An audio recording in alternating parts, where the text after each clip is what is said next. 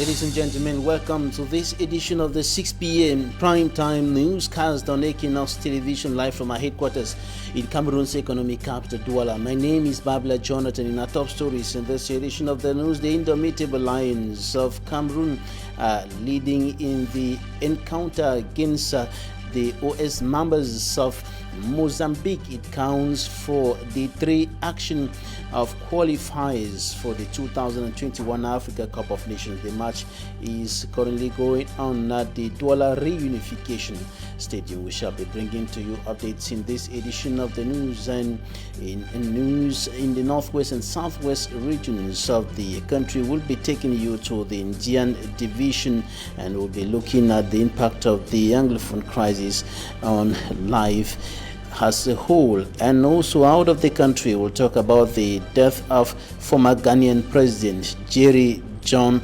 Rawlings, who died earlier today. We'll be bringing to you updates.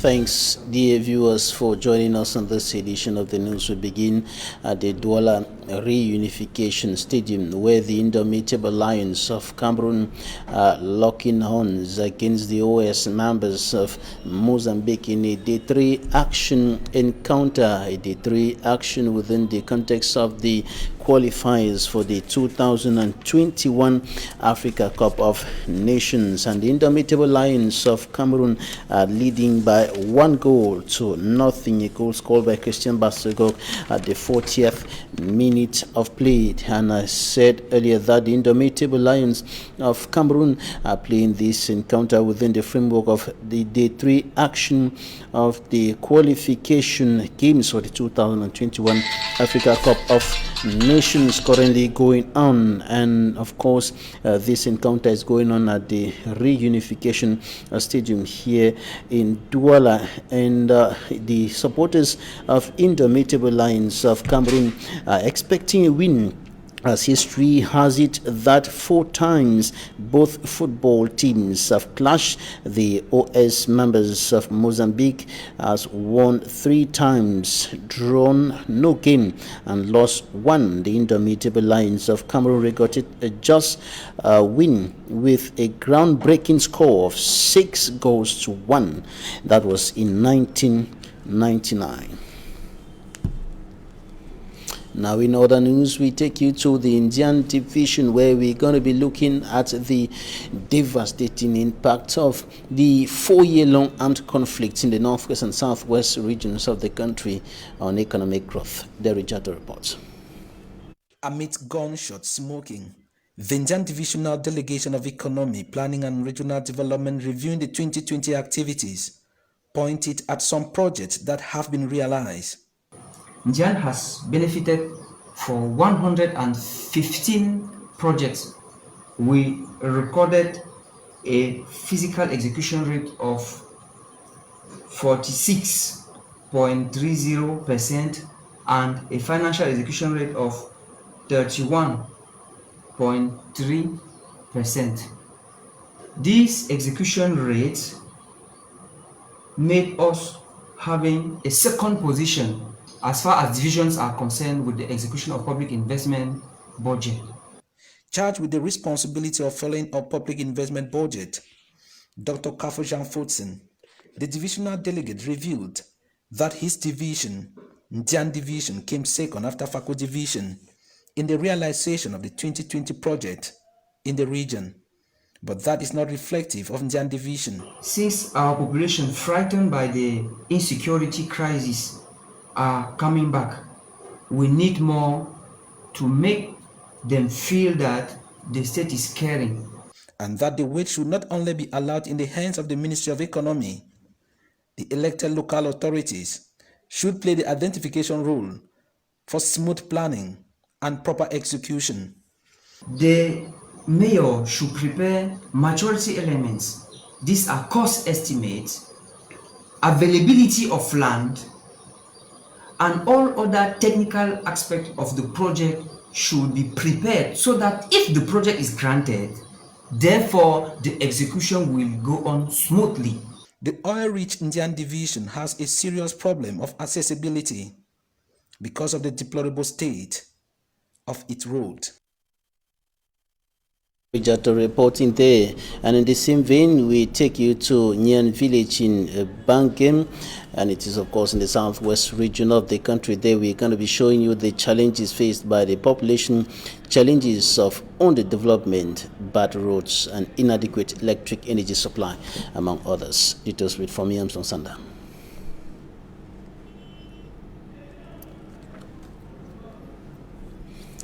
For me, Armstrong Sanda with that report on underdevelopment challenges in Nyan village in the Bangem in the southwest region of the country, and among the problems that are complicating life, which is already very much difficult as a result of the Anglophone crisis and the COVID-19 pandemic, include inadequate electric energy supply and bad roads. His report.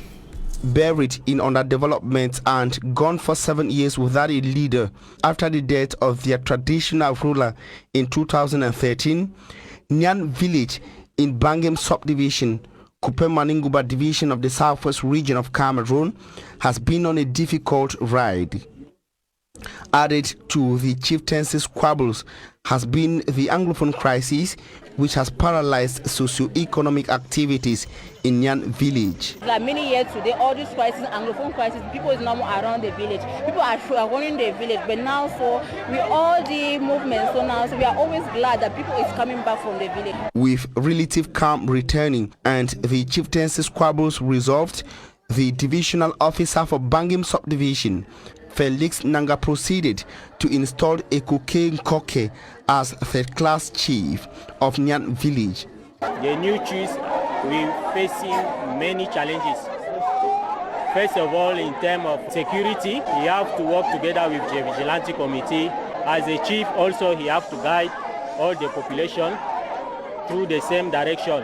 Security issues to handle and developmental goals to attain, which elites say they are ready to accompany. I think the first thing we should tackle with him, we should always come together to join hands with him so that we meet our goals.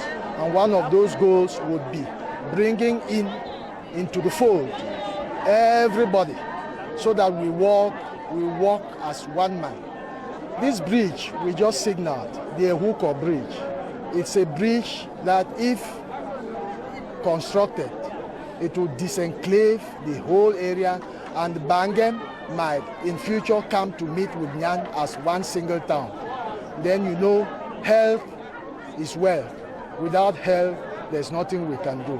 His Majesty Équinoxe says he is ready for the new task. I will not throw away anybody who opposed me in anything. I will bring them back. I want them to be with us. We are all Nyan children. We cannot be the same. My interest is to bring all of them together so that we see how we build our village. And then to maintain peace and security in Nyan village, the new leader was asked to protect schools, form vigilante groups and encourage youth into agriculture in an area where farming is a dominant activity. Some schools in the Senegal Maritime Division, littoral region of the Republic of Cameroon, are facing a number of difficulties in their efforts to implement anti-COVID-19 restrictions imposed by the Cameroon government, while the public health officials are warning Cameroonians that the COVID-19 has not been defeated. It is still present in the country as elsewhere around the world, and so COVID-19 measures should be respected. Many of the schools in the Senegal Maritime Division are unable to respect some of the measures imposed by the ministries of basic and secondary education to keep children and school officials and teachers safe from the coronavirus pandemic. Details with Equinoxe. Following detection of over 20 COVID-19 positive cases in an educational establishment in Douala, other schools are strengthening barrier measures. In Edea, Sanaga Maritime Division of the Littoral Region, schools like College Polyvalent George Schwab regrets cases are recorded in schools at the time when they have been neglected. The government gives some measures that we are following. They consent to receive any gifts that we have not yet received anything from the government or from the hierarchy.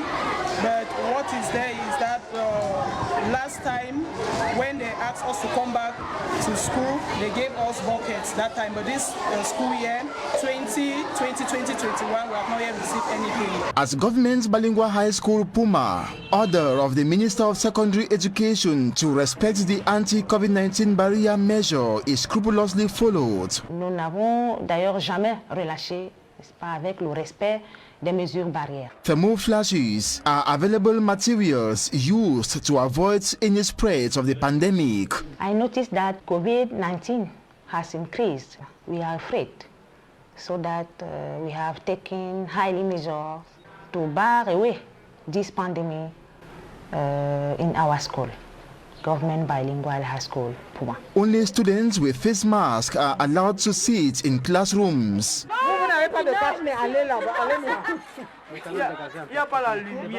What is disturbing is the fact that a good number of learners in some of the schools like College Polyvalent George Schwab and the Government Technical High School Puma gets to school without the face mask. They, however, implore the government to help provide them si le gouvernement peut nous aider à avoir les thermoflashes, health units and other necessary COVID-19 assistance in order to protect the children. Immobiliser les centres de santé. Apart from fighting COVID-19 by installing hand-washing buckets and drums, some schools have also installed surveillance cameras covering the entire school compound.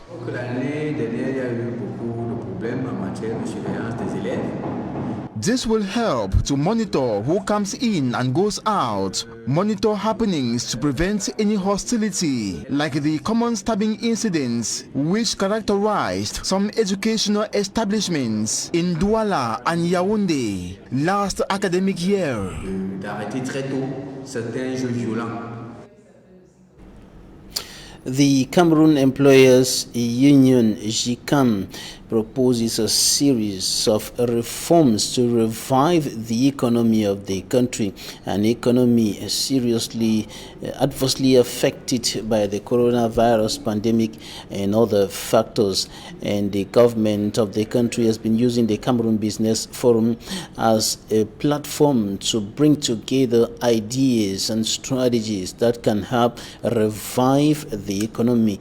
But the Cameroon Employers Union think that event has become ineffective and unproductive due to some reasons, including the large number of persons taking part in that event and also other organizational challenges. That event is becoming unproductive as far as the GCAM management is concerned, and they are proposing to the Cameroon government to put in place what is called the Cameroon Business Council. Equinoxe report.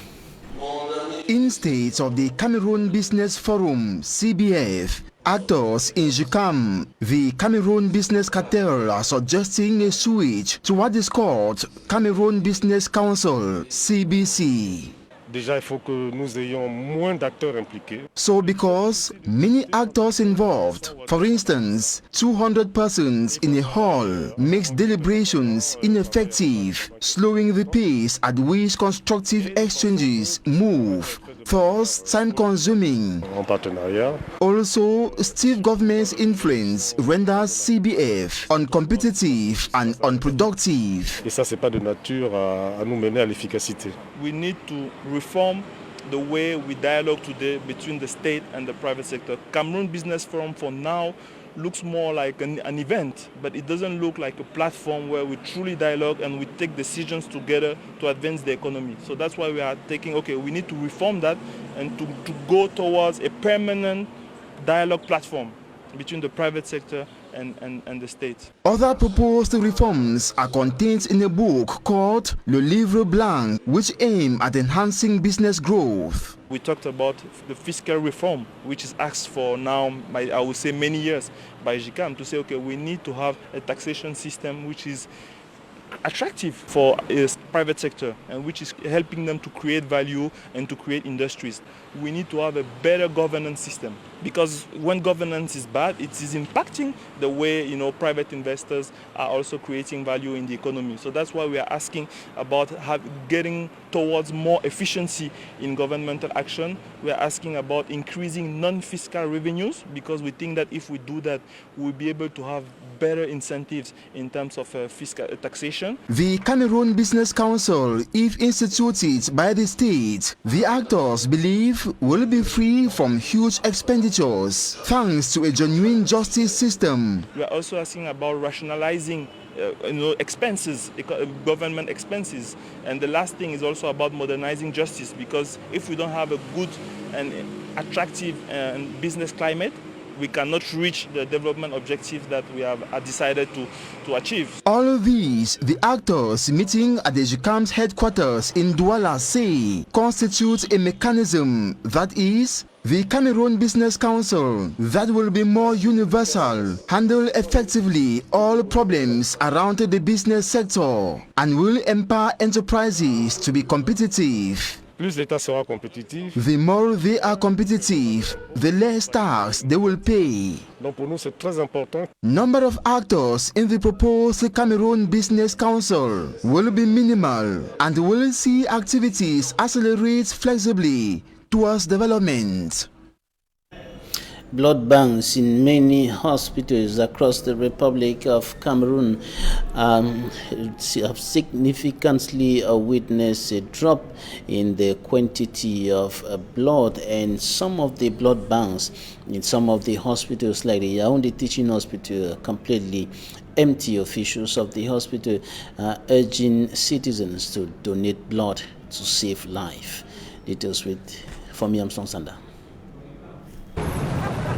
On the streets of Yaoundé, agents spotted convincing road users to go for blood donation at the hospital as the blood bank is dry.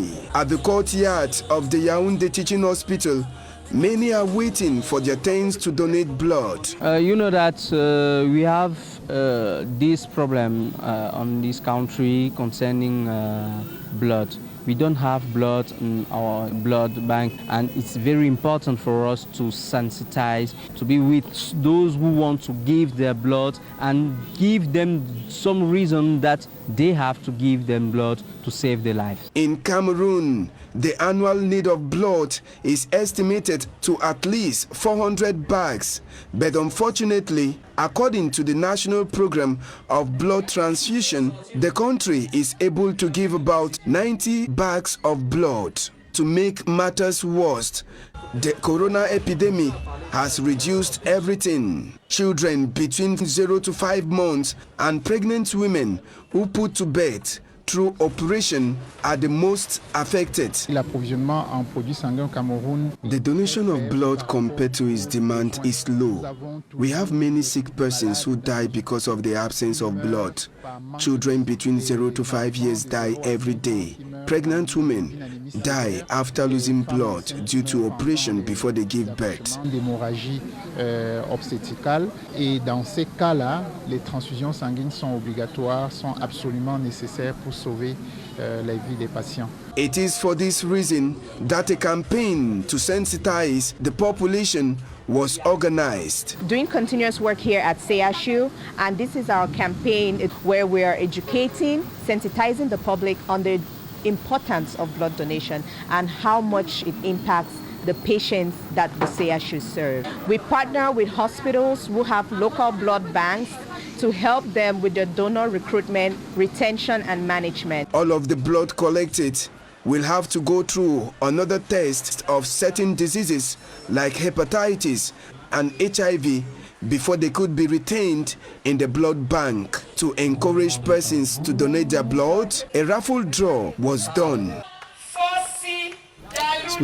Gabriel reporting the news out of Cameroon, Ghana's former president, Jerry John Rawlings, is no more. He died at the age of 73.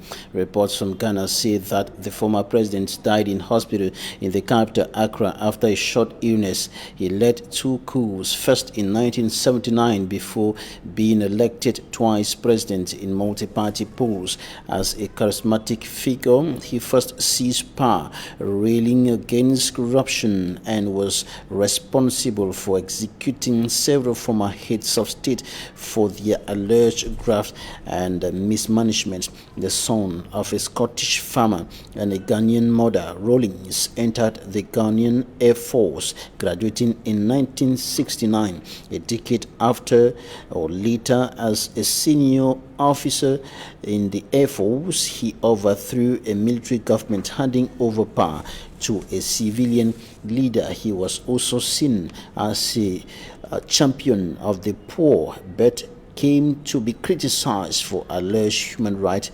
abuses. A week of national mourning has been declared in Ghana. A top United Nations official says vital aid supplies to hundreds of thousands of people in North Ethiopia are at risk because of the conflict there.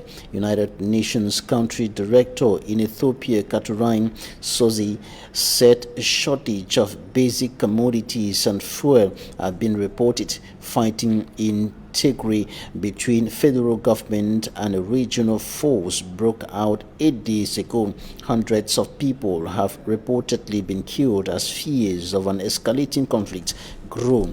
Long-standing tensions between Ethiopia's federal government and the Tigray People's Liberation Force (TPLF) boiled over into military clashes last week. The TPLF controls Tigray, the country's northernmost state, and the Ethiopian government has also carried out airstrikes in military targets in the state. Talking Point is up next.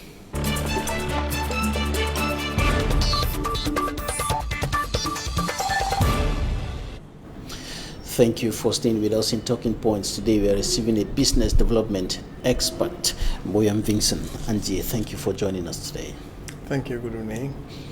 All right, we begin with issues concerning the economy of Cameroon. The employers' union, GICAM, think that something should be done to revive the economy, different from what government is doing now with the Cameroon Business Forum. They think that that forum has become ineffective and is not producing the desired results. What do you think about that? Actually, we're in a situation where the country is using measures that are not quite effective to transform the common man. So I think there should be something that affects the people that are suffering. And I mean the people suffering is those who are struggling to start businesses. Of course, like the pertinent thing about making a business to survive where taxes are levied on people that are beginners. The government has to first of all encourage people to go into business. I know Cameroon is a very wonderful place and platform for operations of petty businesses. But when startups are levied charges that cannot be able to spring up from the places where they are starting, I think that there's going to be a measure to first of all encourage startups and follow them up. Yeah, and the Cameroon Employers Union think that instead of the Cameroon Business Forum, the government should create a permanent platform where there will be constant and continuous interactions, constant dialogue between the private and the public sector with regards to the challenges, the economic challenges that the country is facing, and the strategies that ought to be implemented to take the country to another level of economic development. Yeah, the private sector is actually the strongest employer of labor, unfortunately, in a situation where we have people that have brilliant ideas and they don't have support and follow up. It is going to be very difficult to make the private sector a very strong one to make the Cameroonian boast of starting and then existing in business. And so we have to encourage the fact that people want to go into business. there has to be a follow-up strategy where people will go into business and then have people that back them up, unfortunately, because, for example, today, statistics have shown that 2 out of 100 businesses will survive in 5 years. That means businesses will crumble if they are not laid down strategies for follow-up. So for this reason, I think that this is a thing that all of us, we have to put our hands together and make that there should be a survival strategy. And I want us to focus on those who are in their first steps in business, those who are considered as beginners, and those who are yet to start. Now, you're encouraging people to get into business. There's a question about how to survive in this present context, how to grow from little beginnings. That is the question that many young people will be asking today. Those who want to get into business, those who are listening to you, encouraging them to get into business, how to start and how to grow from little beginnings. Well, I think, like I just said, only 2 businesses will make it to the 5th anniversary out of 100 businesses that sprang up today. We think that for you to go into business, like I've always said, information is basic. And now you discover a lot of people want to go into businesses, of course, but they don't want to get information, the necessary information to make a business survive. Cameroon has a lot of platforms for informations everywhere, beautiful platforms. Unfortunately, people neglect information. Like all around us, we have informations. We have Kamab, we have Tex Global, we have Price Food. Those little businesses that people start, you see them surviving in business. Follow them, get the necessary information, and you go into business and you see yourself surviving. Though there will always be a lot of things to play with as a startup, but I think that when you get the necessary information, there's possibility for you to stay in business longer than somebody that entered into business just emotionally, want to make money or to make a name. What are some of the areas of priority for somebody who is seeking information about business? The domain, the market, the supply, the demand, all of that. Cameroon has a wonderful market for every kind of business you want to go into. You want to go into business, first of all, like for example, the agri sector. You see, Cameroon, we have about 2.6 million people that are hungry, but of course, we have to feed them, then we make money through the agri sector. Then how do you go into it? First, get what people eat daily. And then, when you get the information, who will buy what you want to go into producing? Because I was asking somewhere, is it easier to produce or to sell? A lot of people say, no, it's more difficult to produce, but I'll tell you, it's not true. You can produce a lot of things, but there's nobody that will ever going to buy it if you don't create a market where you're going to interact and then your goods and services are accepted somewhere. So we are encouraging people that before you get into any sector, you want to go into anything, know that there's competition outside there. What kind of goods and services you want to render, what kind of product you want to fabricate, what kind of farm produce you want to get into, and then see who will buy it. Because, of course, 1/3 of Cameroon's foods don't reach the market because they get spoiled. And then the sector is grossly unexplored because youths don't know what to do to transform an agri produce and add value and get plenty from it. And that's about starting, getting information, getting the right information, getting all information about the area of business you want to go in. Now, once you have started, how to grow? Generally, many don't start with very huge capital. Little beginnings, how to grow from the little beginnings, how to grow from the 10,000, I don't know, the 50,000, the 100,000, from where you started, how to grow from there. Yeah, Cameroon has experienced, startup has experienced a lot of things, especially expansion level of the business where you require fundings. I will always encourage any startup that create a good banking relationship with your bank. Get a microfinance, get some people to support you along. If you get a good banking relationship, especially with microfinance, there will always be a time that somebody will come to trust you with resources. But first of all, get the financial intelligence all around, I would still say that informations are easily dissipated, but a lot of people think that the making money is just the very essentials of entering into business. Create a banking relationship, start a business, register the business with Center for Business Creation Formality, and get your taxpayer card, pay your taxes. Then it's eventually going to be a time that you require resources to spring from one level to another.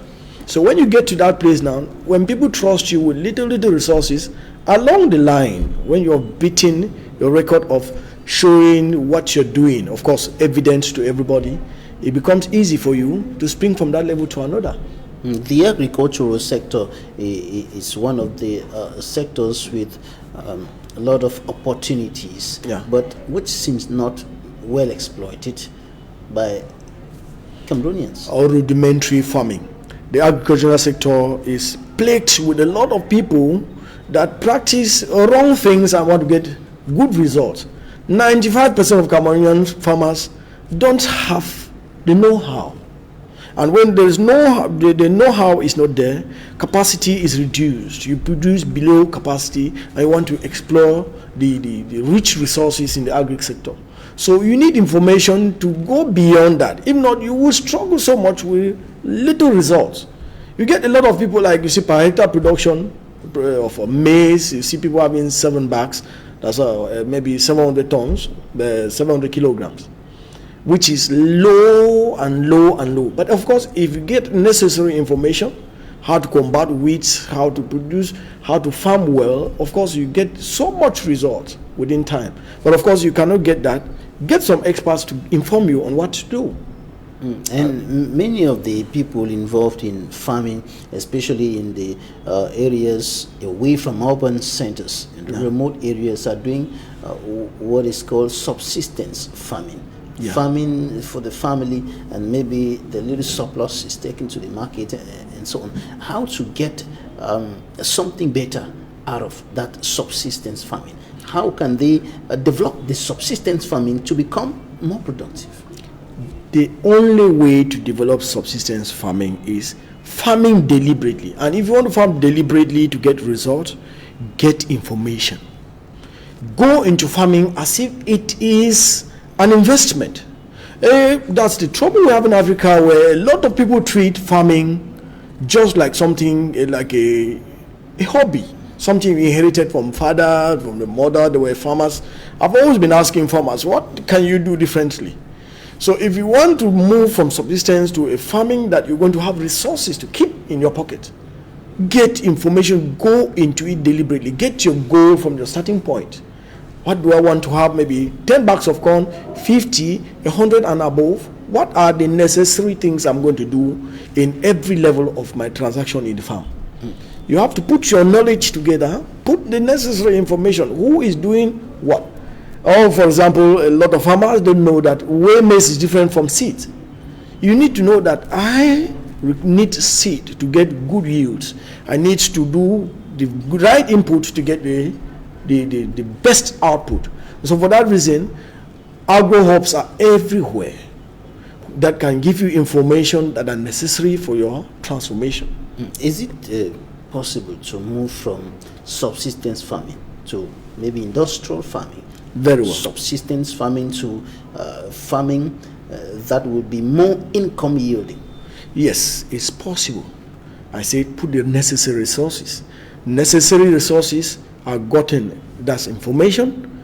Join an agro hub, for example, like what we're doing, putting people across all over the nation to tell them that it is possible to start producing a bag of maize and then go to producing 10 bags of maize. What are you supposed to do? The necessary thing you're supposed to do is get connected with the right information, like I'm saying. Meet the person that wants to, for example, you need to get a buyer of what you want to produce. And where are the buyers gotten? In the marketplace. Where is the marketplace? All around you where there's information. Like I always said, this is information platform. A lot of people don't listen. For example, like fish farming, we have a lot of demand for fish. But if you produce it and nobody gets to hear or know what you're producing, you will never make money. You will produce your fish and eat it alone. Learn to talk, get information that are necessary. You've been going from one part of the country to the other within the context of farm power. What are you telling the people, and what is their response with regards to these ideas that you're bringing to them in order to help them boost their farming activities and the income that comes? Yeah, farm power, we go around the country training, guiding, following up farmers. We train them and tell them, okay, we are standing as middlemen to get your produce and sell. But of course, you have to produce a quantity that's large enough to meet national demand. We cannot at this point, for example, I hear a lot of people saying, oh, let's ban the importation of rice. Yes, we want to ban the importation of rice. Cameroonians who depend on rice will die of hunger. So, but now we have to produce what we can eat. We cannot go about saying we should. You see, like maize, we have national demand for maize is 3.2 million metric tons, but we are producing way below 2 million metric tons. So if we dare try anyhow, we will go into hunger if people don't produce up to capacity. Now you build capacity, what we're doing in farm power, we build capacity through know-how. Telling the farmer that it is possible that the enough energy you're using to plow maybe 4 hectares of land and getting just 20 bucks, 30 bucks, you can put it on 1 hectare, reduce the overburden that you are used to, and then get the right output with the necessary input. Necessary input as the information, the time, the season, maybe the water, and all. Knowing what to do according to the time that you have available at your disposal. And the farmer in Jakiri today, the farmer in Gulimakong, listening to you, would want to know how to do that, because you know it's generally from general or common knowledge, a large portion of land and a lot of seeds planted everywhere around the place will produce more. But now you're saying that you can use a small portion of land and produce more than... Wow, yeah. You know, like we have it as a slogan, making the most of technology with slim margins. We've gotten it wrong when people plant. They don't know that, of course, on the land, first of all, there's the presence of wheat. If you cannot combat wheat, you will not have good produce. But now people have little information on how to combat weeds. Weeds exist in thousands before any plant is ever introduced to the ground.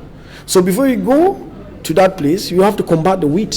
So that's why we move and follow the farmer right to the place where he is. That, look, there is a person that is existing, and that person that is existing is the grass. It does not want a stranger to the soil. That stranger is the maize you're introducing to the soil. You must know how to combat it and then fight from one stage to the other. Now, I think a lot of people that might be watching at me, you are trying farming and the farming is not going. This is time for information. We are in an information age. It's not any time that we're going to do anything again and expect the best, especially in the speed age. The fact that many persons plow large portions of land, they plant the seeds there, and at the end of the day, harvest very little. Is it just about the wheat? What are the other factors that could contribute to that low yield? No good seeds. Most Cameroonians don't, like I said it before, they don't know the difference between seeds and actually what they are eating. Now, where maize, for example, like maize, is different from seed. We produce seeds differently. And if you don't give the soil the good seeds, you will not get good yields. Now, even if you have the good seeds, you must still have the best follow-up for your maize. Maize don't want weed. And when you have to even apply, for example, okay, sometimes we encourage the use of fertilizer minimally, because, like, for example, maize are higher feeders. They need so much of food to eat, because, of course, if we have influenced the seed, we are also influencing how the crop eats. So you have to feed it well to get the optimum result. So for you to get a good yield, the input must be good. The input is the crop, the seed. And then eventually the follow-up, weeding on time, and maybe irrigation, water. Because a maize plant, if you plant it to the ground, consumes 14 gallons of water before maturity. If there is no enough water, of course, eventually the yields are affected ever before if the maize starts sprouting from the ground. And where there is abundant water, like we have in the country, where there is abundant water, I mean in marshy areas, sometimes the crops do not do well there. For example, a waterlogged environment, you cannot expect crops to do well. When it's waterlogged, that means, of course, the soil has to be aerated. If the soil is not aerated, there's not enough air in the water in the soil because of the water, then of course you're not going to get a good yield too. Crops will not grow very well. All right, Vincent Boyam Andi, business development expert. Thank you for joining us today. We are rounding up here, but we should indicate that the farmers in the northwest and in the southwest regions have been crying that peace should be restored so that they can go to their farms, because they have been unable to go to the farms to carry on with even the subsistence farming that they were doing before, now unable to do so because of insecurity. I think the insecurity issue, I've always said, well, let the country target the insecurity issue. We are well able to transform this country if reasonable people will put ears to listen to experts that can give people a livelihood. I will say that the soil is a gold mine. Until somebody gets the necessary information to transform self first, the person will not see what he has at his disposal. I'm talking to youths that there is gold in the ground. I'm also talking to the side of the people that can actually bring peace on these both sides, that understand that if a country wants to live happily, the common man should have food to eat. Until people get to understand that what we are going through came because a lot of people are staying without food to eat, nobody will ever live in peace. I'm struggling to say that give us the opportunity to work well, and youths, explore what is in your ground. Nobody will do that for you. You want to go big, the agricultural sector is grossly untapped and everybody can go into it irrespective of your educational qualification. Thank you for your time. Thanks, ladies and gentlemen, for staying with us. That's it for today.